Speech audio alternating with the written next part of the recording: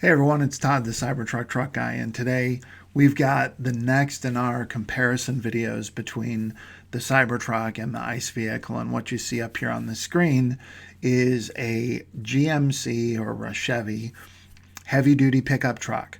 So this is the 2500 series or the 3/4 ton series that we're going to be talking about today. I do think I'm getting better at making these comparisons. The more research I do, the more things I think about that I want to discuss. I am going to put time stamps on this video because these have kind of gotten longer and longer and longer. But I'm going to put time stamps on it. And then I think what I'm going to do, if I can make it work, is I'm going to make the spreadsheet that I use in this video available as a downloadable file. It's the Google Sheet. So it should be, as long as you have a Google account, you should be able to download this spreadsheet and look at it yourself. So that way, if you don't want to watch this whole video and you just want to get sort of the flyover, you could take a look at it, and you'll basically be able to look at it. You won't be able to edit it or anything, but it'll be something you can look at on your own time. So let's talk a little bit about why I'm doing this with the tri-motor. When you compare the tri-motor to all other trucks out there, there's literally no comparison when it comes to its performance in terms of its speed. And when you get into things like its towing capacity, it moves out of the half-ton truck series, which is the 150s and the 1500 series. And you start getting into the beginning of the heavy-duty truck series, which is 2500 for Ram and GM and 250 for Ford. The other issue is you can't get a high torque diesel engine in those other configurations. Now, diesel is becoming more available for them, but right now the best torque diesels are only available in 3/4 ton trucks. And when you start looking at torque and towing, you really need to compare the tri-motor to an actual heavy duty pickup, a real work pickup truck. Okay, so let's get into our comparisons. All right, so we've got the Cybertruck tri-motor and we have the GMC 2500 with the 6.6 liter diesel engine in it, four-wheel drive. The reason I'm picking diesel is that if you don't get the diesel, you cannot even get close to comparing torque numbers. And when you're talking trucks, what torque does for Tesla, because the torque is available instantly, and I'll link to my video on torque, because if you don't understand torque when it relates to trucks, this might not make as much sense. But torque is super important when it comes to towing. And so we in order to get it in the range of the Cybertruck, we have to go with a diesel engine. And that's why I want to compare the tri-motor to a heavy duty diesel truck. Now again, just like with the other models, with the other ICE vehicles, they have these different trim levels. So what I'm going to do this time, I've had a number of people say, can you do a comparison with a stripped down version? So essentially now I'm doing a conversion of the stripped down version. I'm doing a comparison with what I'm calling the sort of mid-luxury brand. And then I'm comparing, in this case, their Denali level matches up better to the Cybertruck than their SLT tier, which is kind of similar to the Ford Lariat tier. Again, I didn't look at Ford's F-250s here, so that could be different. But in this case, you guys, I tried to do a good job here of explaining what's included. Now, these prices include the current available cash incentives. I don't know if my other comparisons did that. The way that the GMC site works is it automatically includes, when you go through the configurator, the $4,000 in incentives that are available for these. And they're probably, given what's going on, there may even be some other incentives. But this is, I will say in general, they don't have to discount the heavy duty trucks as much as they have to discount the half-ton trucks. So there's fewer of them. People are willing to pay more of a premium, especially when it comes to the diesel ones. So in terms of what's included in the Sierra, this is really basic. It's got a vinyl interior. It's got manual mirrors, no advanced driver assistance features, no power, manual seats. No, I don't think it's all like mechanical sliding seats. They're super Spartan. And then I added nothing to that. So that for just the 4-wheel drive diesel, and this is the crew cab, is $51,730. The SLT model, you get heated power leather seats, you get the tow guide, the dual zone climate control, heated and powered side mirrors, you get available advanced driver assistance and available tech, which aren't even available on the basic Sierra model. But they're optional. So now you can see if I want to add that, the driver assist features and the safety features and that's it. That's all I added to this one, was that, and then the tonneau cover.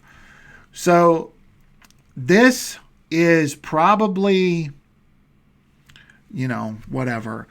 Comparisons get hard at this level, but this probably is the one that's closest to the Cybertruck if I added the technology package over here, which is another $2,000. And then this over here is really the high-end luxury one. This is a higher end luxury feature than probably the Cybertruck. It's got all kinds of adjustable lumbar and folding electronic mirrors and blah, blah, blah, all this other stuff. You can see it's got a better suspension system. It's got skid plates, heated and cooled seats, premium sound. It includes a lot of the advanced driver assist features. So what I added to this is the technology package that gives you your 360-degree camera.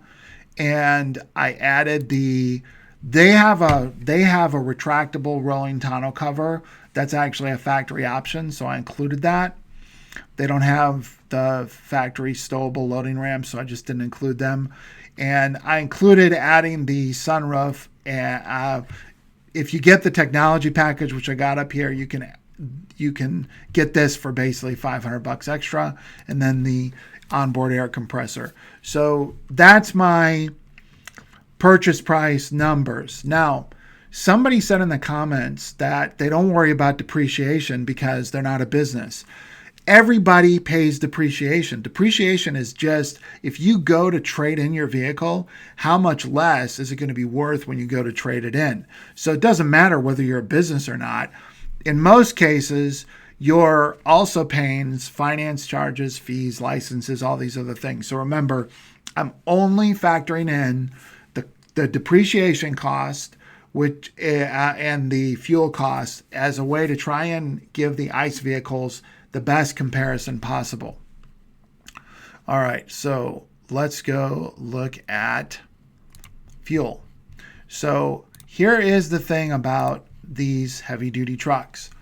Once you get into these, you do not have to provide fuel consumption data.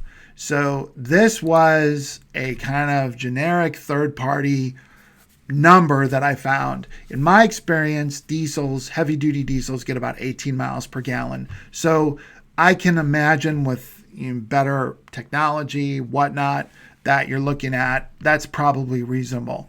And again, I'm not making any changes with the Cybertruck. So when we look at when we look at the fuel cost, again, I'm using $2.50 a gallon because today, at least in the Midwest, diesel is slightly less expensive than gas, which is really weird. So Historically, it's about 50 cents more. So I've been using 250 per gallon for gas, but I'm going to use 250 per gallon for diesel too. So we'll just, we'll assume that for the diesel. So you can see again, we're doing our 7-year, 15,000 miles per year. We have 19 and 600, and then 13.8 and 4,200 over the life. So what does that mean when we look at just from a cost standpoint? So it means, again, I changed the depreciation from 70 to 60 because diesels depreciate at a slower rate. It's really, really common to have, especially heavy duty diesel trucks. Heavy duty trucks, they build them out of stronger stuff, bigger bolts, stronger welds, better steel. Across the board, they're built much more heavy duty. So it's super common to have these heavy duty diesel trucks having 300,000 miles on them. So you don't depreciate them as quickly. I'm saying 60%. I went out and looked at Edmunds. On a 5-year basis, it was about 48%. So when you go 7 years, it seems like 60% should be spot on. So here's your total 7-year cost, excluding financing, fees, licenses, and maintenance.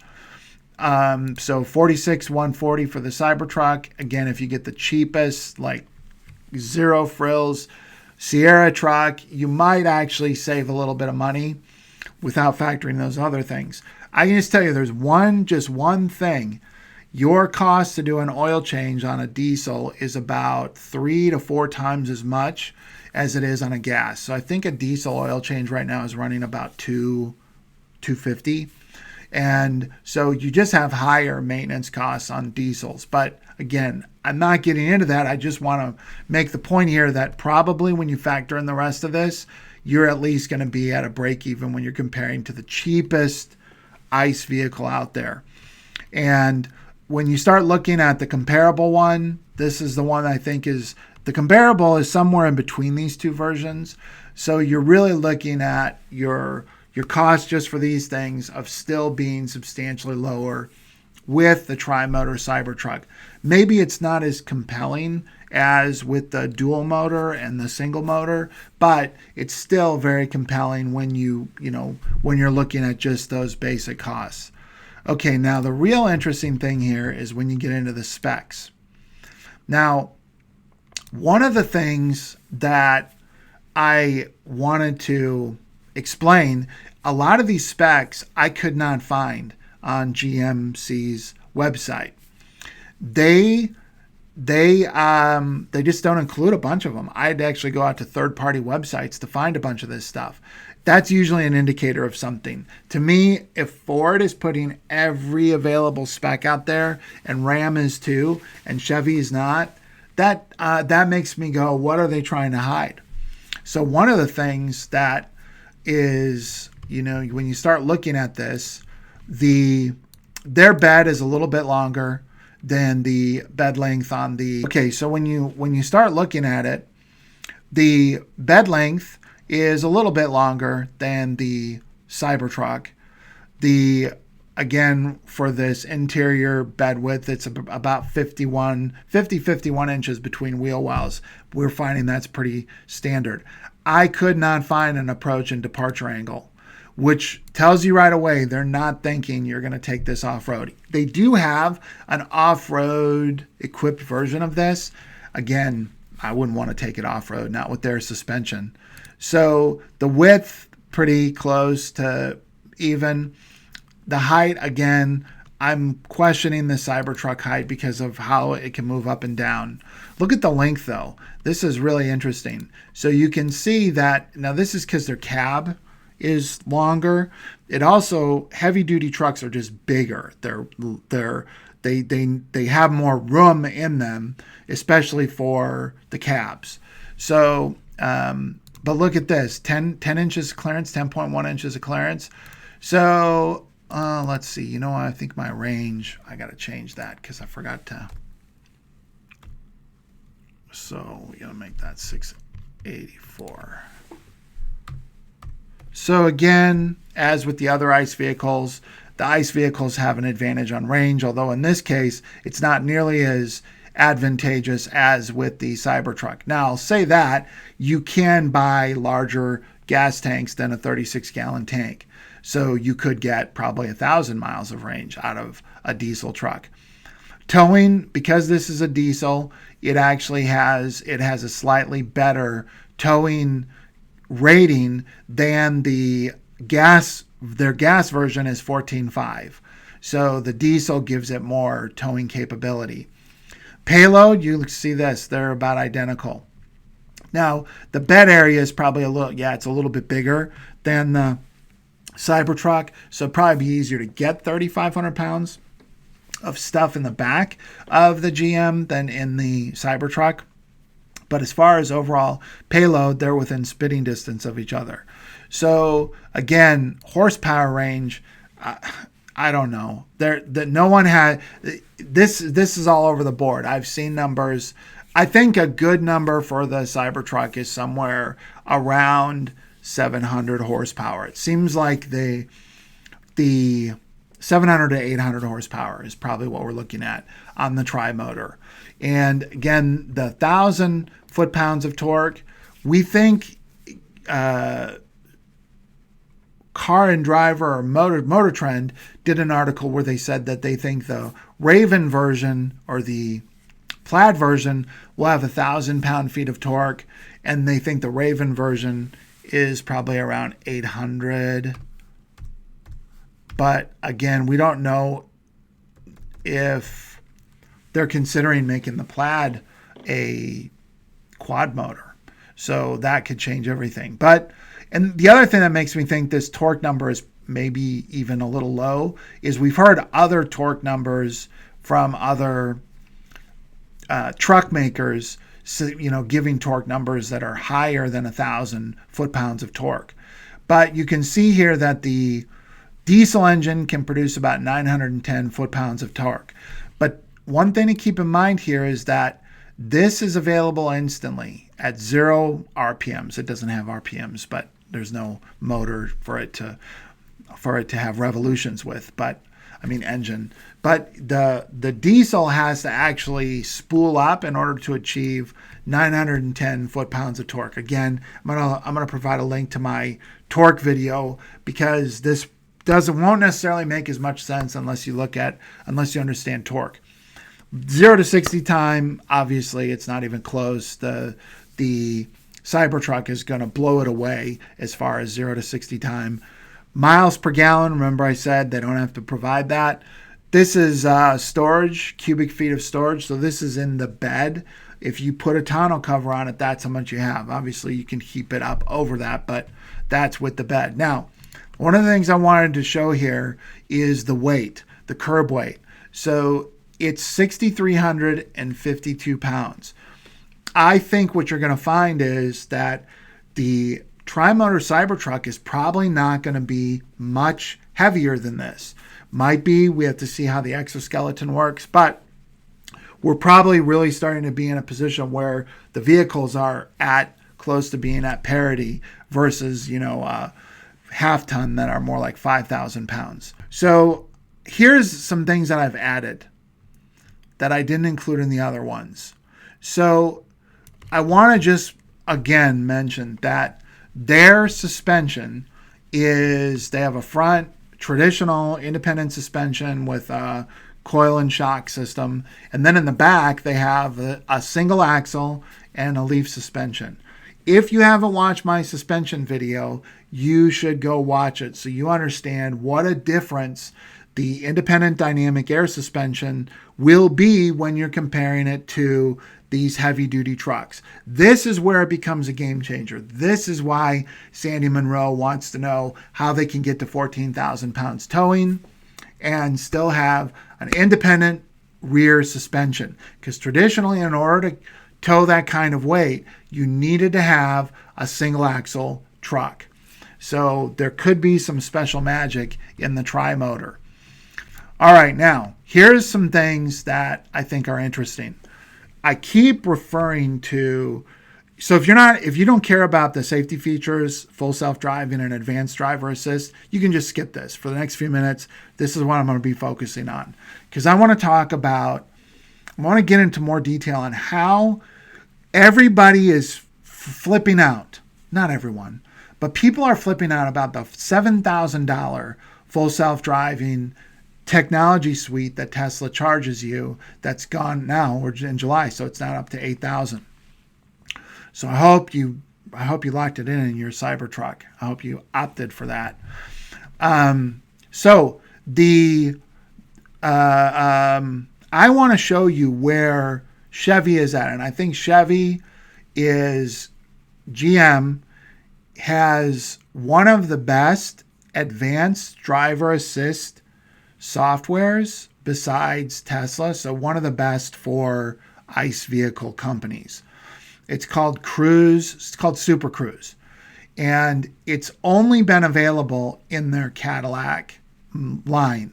And next year in 2021, it becomes available.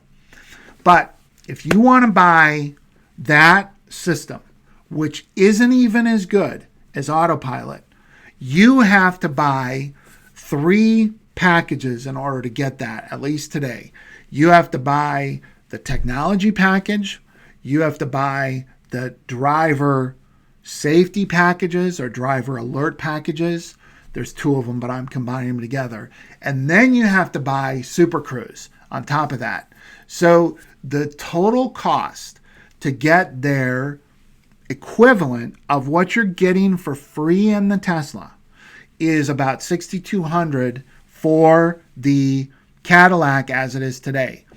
It doesn't even become available until 2021 in some of the other GM product lines. And my guess is it's only going to be available in the higher end product lines at first. So here is what that includes. So doesn't include lane keeping. Sorry. Right now, you can't even get lane keeping. You can't get adaptive cruise, and you can't get auto collision avoidance and auto collision braking in these trucks.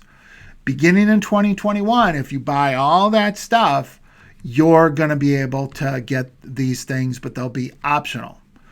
These are the things that are currently optional in the GM truck line. Lane departure warning, blind spot detection, rear cross traffic alert, front collision alert, 360-degree camera, and the hitch guidance, that's standard. But these are all optional. These all require that you spend extra money, and you're getting all this for free with the Cybertruck Autopilot standard, not their whatever, not the full self-driving features. Okay, so now when you opt to now pay $8,000, now remember, you're going to have to pay $6,200, I think, or close to that, to get the highest level GM product, the Super Cruise product. So $6,200 versus $8,000. But here is the difference.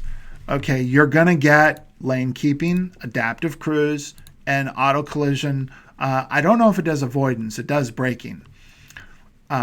Smart summon's not an option. You don't get that. You're going to get highway self-navigation. Apparently, their highway lane keeping and lane change system is considered very good, like on par with Tesla's. I haven't driven it. I haven't driven either one. So self-parking, not available. Not in their current version of their Super Cruise. Traffic light control, not as far, based on what I know about that now, no city driving is included in this. It's only highway driving that's included. It's not coming standard with full self-driving hardware. This is their Super Cruise is a level 2 system versus full self-driving that it's got the hardware. If you believe Tesla, it's got the hardware to do full self-driving right now, and now it's just a question of software and training. But that's optional, but it's available. And yes, I know it's included, but you have to pay for it if you actually want to use it. Auto lane changing, yes, you get that with the Super Cruise when it comes available. And over-the-air updates, that also it appears to be part of the electronic suite that they're integrating when they integrate Super Cruise. So again, city street navigation. That is pending release right now. We know that's kind of one of the next features to come out with full self-driving, and that is not available with the Super Cruise technology. And the over-the-air updates, obviously standard, has been standard in Teslas. And so that appears like that's gonna come out when you buy if you buy the Super Cruise system, you're probably going to get an over-the-air updates component that will go along with it. So what I'm trying to say is, dollar for dollar, the value that you're getting when it comes to the advanced driver assist, the safety, and the autonomy features are far superior for what you're paying. So for the approximately $100 you're going to have to spend on GMC products to get this, you're getting a lot of those for free, and a bunch of stuff when you buy the Tesla one that is probably not even going to be available for several years. And again, we don't know anything about backward compatibility. I mean, this is one of the things that as far as I've heard, I haven't heard anyone talking about full self-drive ready vehicles from any of the ICE companies. Maybe VW. I haven't heard about their new cars. So the reason I wanted to do this is because you can take these comparisons, and in fact, you know what I'm going to do? I'm going to update it'll probably take me a couple of weeks, but I'm going to update the other comparison sheets I've done with this information as best as I have it available. And I'm going to put the links for those spreadsheets in those video notes so that even though I don't cover it in the videos, the spreadsheet will be up to date. Okay, so I think that I've covered everything as far as the comparisons. What's coming next? So we are doing tomorrow night, we're doing conference call or live stream. We're doing the live stream, and my goal is on Thursday mornings to put an agenda up there as a post, so you guys kind of know what we're going to be talking about. But we're probably going to be talking about all this. There's a bunch of new information. The Ford reveal that just came out, the Rivian video that just came out. The Nikola is still, everyone's buzzing about Nikola. So there's plenty of things to talk about. And as far as these, I'm going to take a break on these kind of videos. I got through the three big ones I wanted to get through. Then I'm going to be doing some more comparison videos on some nichier vehicles. So I am probably going to do one on I'm probably going to do some that are more related to off-road vehicle comparisons, because these have all been basically trucks except for the Raptor. I will probably do an F-150 one. I'm going to try and do it against the 2021 F-150s, because I really wanted to do one of these with the F-150, just a standard F-150. And then I've got some cool collaboration projects I'm working on with some other YouTubers that are probably going to be coming out. But taking a break from this kind of video and doing some of my other style videos in the next couple of weeks. And like, subscribe, all that other stuff. I do read all the comments. I love the comments. I love the community side. That's probably the most fun for me, is the community side, questions, all that stuff. So anyway, that's it for today. We'll catch you next time. We'll catch you tomorrow night, I guess, if you can be there at the live stream tomorrow at 8 p.m., Thursday, 8 p.m. Okay, that's it. We'll talk to you later.